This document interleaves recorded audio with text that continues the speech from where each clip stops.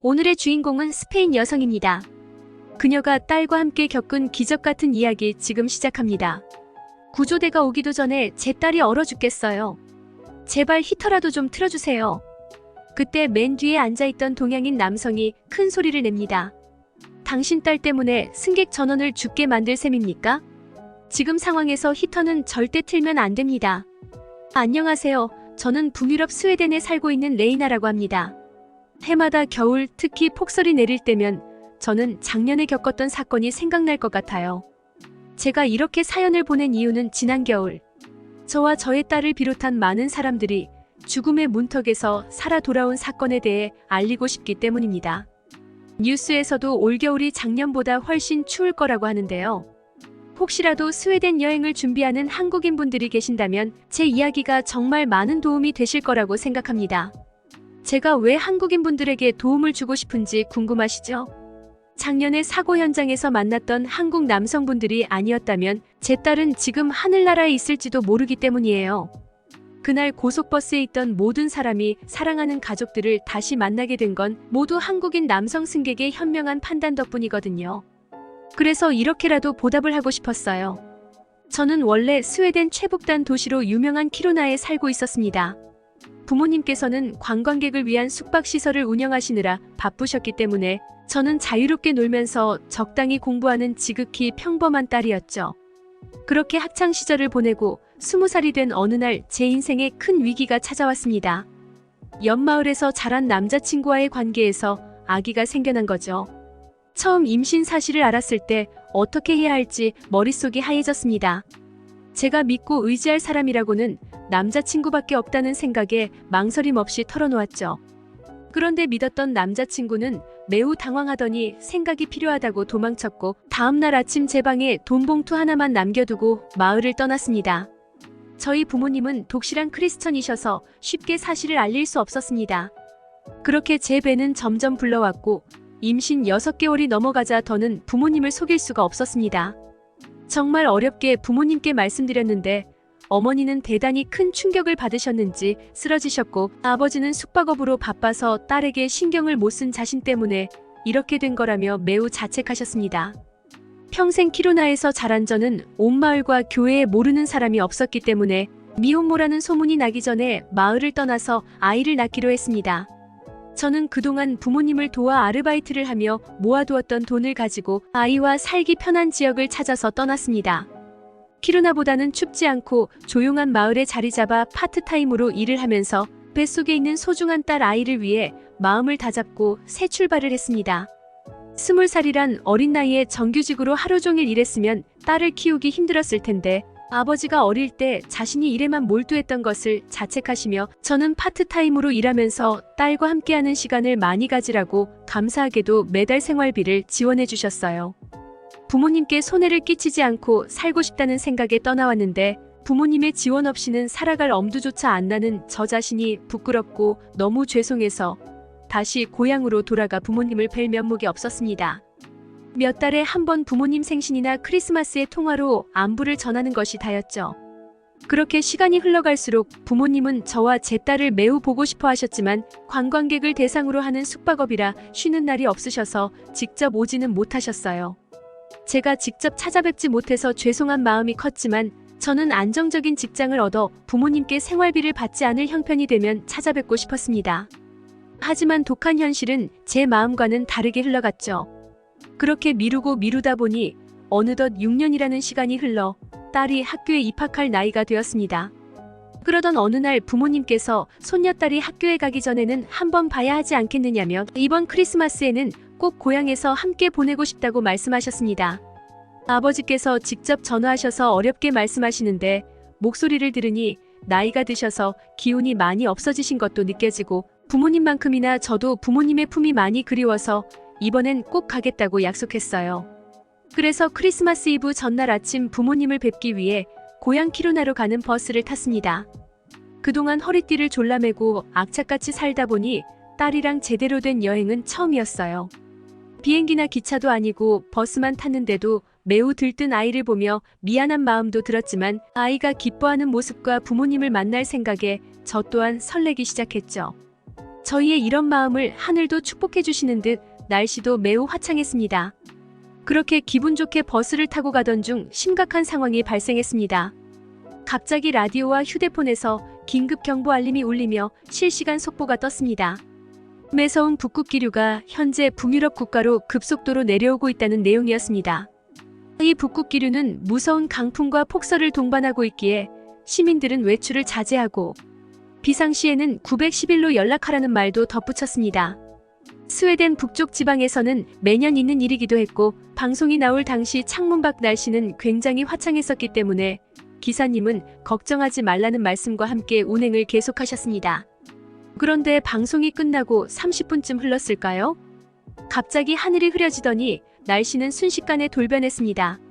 처음에는 바람이 창문을 흔드는 소리만 들리더니 몇 분이 채 지나지 않아 강력한 눈보라로 변했습니다. 대형 버스가 흔들릴 정도의 강력한 돌풍이 몰아치기 시작한 거죠. 차가 다니지 않는 한적한 도로 위라서 금세 버스 바퀴가 잠길 정도로 눈이 쌓였습니다.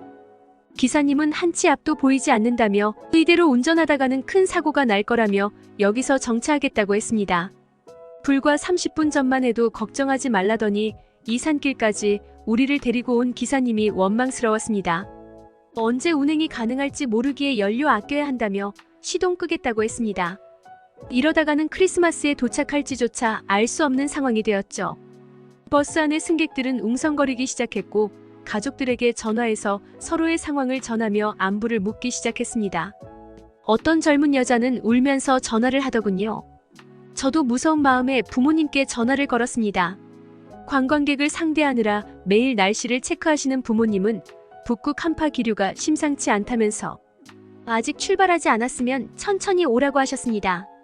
저는 부모님께 오늘까지도 걱정을 끼칠 수가 없어서 출발은 했지만 제가 있는 곳은 눈이 조금밖에 내리지 않는다고 거짓말을 했어요. 만약 폭설이 내리면 버스도 무리하게 운행하지는 않을 거라는 안내를 받았다고 말씀드리고 급하게 전화를 끊었습니다. 이미 버스 안은 혼돈 상태로 어수선했기에 혹시나 수화기 너머로 들릴까 봐서요. 운전기사도 지금 상황이면 내일까지 한 발자국도 움직이기 힘들 것 같다고 했어요. 모든 승객은 두려움과 걱정이 몰려오면서 막막한 심정을 토로했습니다. 그렇게 버스 안에서 꼼짝도 못한 채 3시간이 지났으니 할 말 못할 말이 다 오갔죠. 어른들도 이렇게 공포에 떨고 있는데 제 딸은 어떻겠어요? 딸 아이는 너무 춥다며 몸을 바들바들 떨면서 얼음장처럼 변해갔습니다. 너무 놀란 저는 버스기사에게 히터라도 틀어달라고 화를 냈습니다. 승객들의 불만이 커지자 기사님도 당황하며 결국 히터를 틀겠다고 했습니다. 그때 맨 뒤에 앉아있던 한 동양인 남성이 일어나 소리쳤습니다. 지금 승객 전원을 죽게 만들 셈입니까? 눈이 자동차 배기구를 덮은 이런 상황에서 히터를 틀면 절대 안 됩니다. 지금 히터를 틀면 무색무취의 일산화탄소 같은 매연이 버스 내부로 다 들어오는데 그럼 우리 모두 산소 부족으로 질식사할 수도 있습니다. 그렇다고 이 한파 속에 계속 창문을 열고 환기를 시킬 수도 없지 않습니까? 저희 일행이 잠시 버스 밖으로 나가서 짐을 꺼내오겠습니다. 최대한 옷을 껴입고 구조대가 올 때까지 버텨야 하니까 다들 정신 똑바로 차리세요. 그 동양인의 외침에 버스 안은 갑자기 숙연해졌습니다. 사실 모두 두려웠던 거죠. 매서운 눈보라가 몰아치는 이런 상황에 30명이 넘는 승객들의 짐을 다 꺼내려면 버스 옆으로 쌓인 눈을 적어도 1m씩은 치워야 하는데 장비도 많이 없었기 때문이죠. 스웨덴 사람들이 서로 눈치만 보던 그때 동양인 남성은 제 딸의 상태를 보며 서두르자고 소리쳤죠. 방한용품으로 무장한 자신과 함께 온 일행 4명과 버스 밖으로 나가 주변의 눈을 치우기 시작했습니다. 그렇게 사람이 지나다닐 수 있는 길을 만들고 짐칸까지 열 수 있게 됐죠. 시간이 지나자 내부에 있던 남성 승객들은 먼저 나간 동양인 남성들의 체온이 떨어지기 전에 교대를 해주고 짐을 빠르게 옮겼습니다. 버스 문이 열릴 때마다 뒤쪽까지 엄청난 찬바람이 느껴지는 것으로 보아 바깥 기온은 상상할 수 없을 정도로 추울 텐데 감사한 마음과 함께 걱정도 됐습니다. 그렇게 운전기사를 포함한 남성분들이 한파에 맞서 짐을 나르는 동안 여성들은 자신의 캐리어에서 겨울옷과 간식을 모두 꺼내 나눴습니다.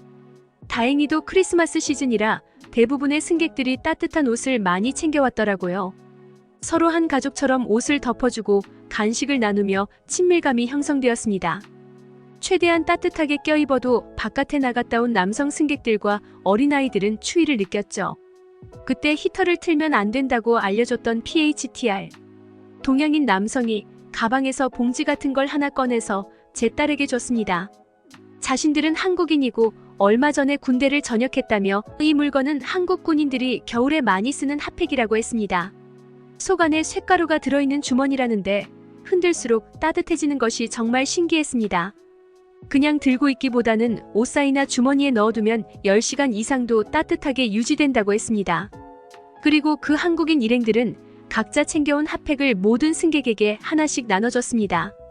옷을 아무리 껴입어도 손과 발, 얼굴 등 노출된 피부가 추운 건 어쩔 수 없던 승객들도 핫팩으로 엄부위를 녹인 덕분에 다음날 아침까지 고립된 버스에서 무사히 버틸 수 있었습니다. 정말 그 한국 여행객분들 덕에 모두 무사히 구조대를 만날 때까지 견딜 수 있었습니다. 그분들의 희생이 없었더라면 아무도 눈을 치우고 짐칸을 열 생각을 못했을 거예요. 두려움에 떨며 언제 올지도 모르는 구조대만 계속 기다렸다면, 껴입을 옷과 핫팩도 없었더라면 저희는 어떻게 됐을까요? 만약 그때 히터를 틀었더라면 일산화탄소 중독으로 모두 세상을 떠났을지도 몰라요.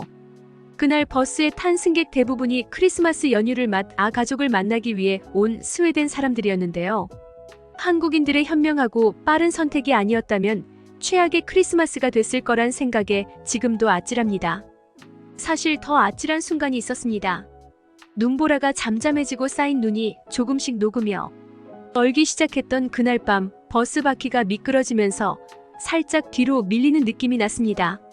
하필 버스가 멈춰있던 곳이 산길 경사로여서 그랬던 것 같습니다. 맨 뒤에 앉아서 이를 빨리 알아챈 한국 일행분들은 이번에는 성인 승객 전원이 나가서 빨리 버스를 밀어야 한다며 모두 나가자고 했습니다. 나가보니 버스가 조금씩 뒤로 밀려나는 것이 보였죠.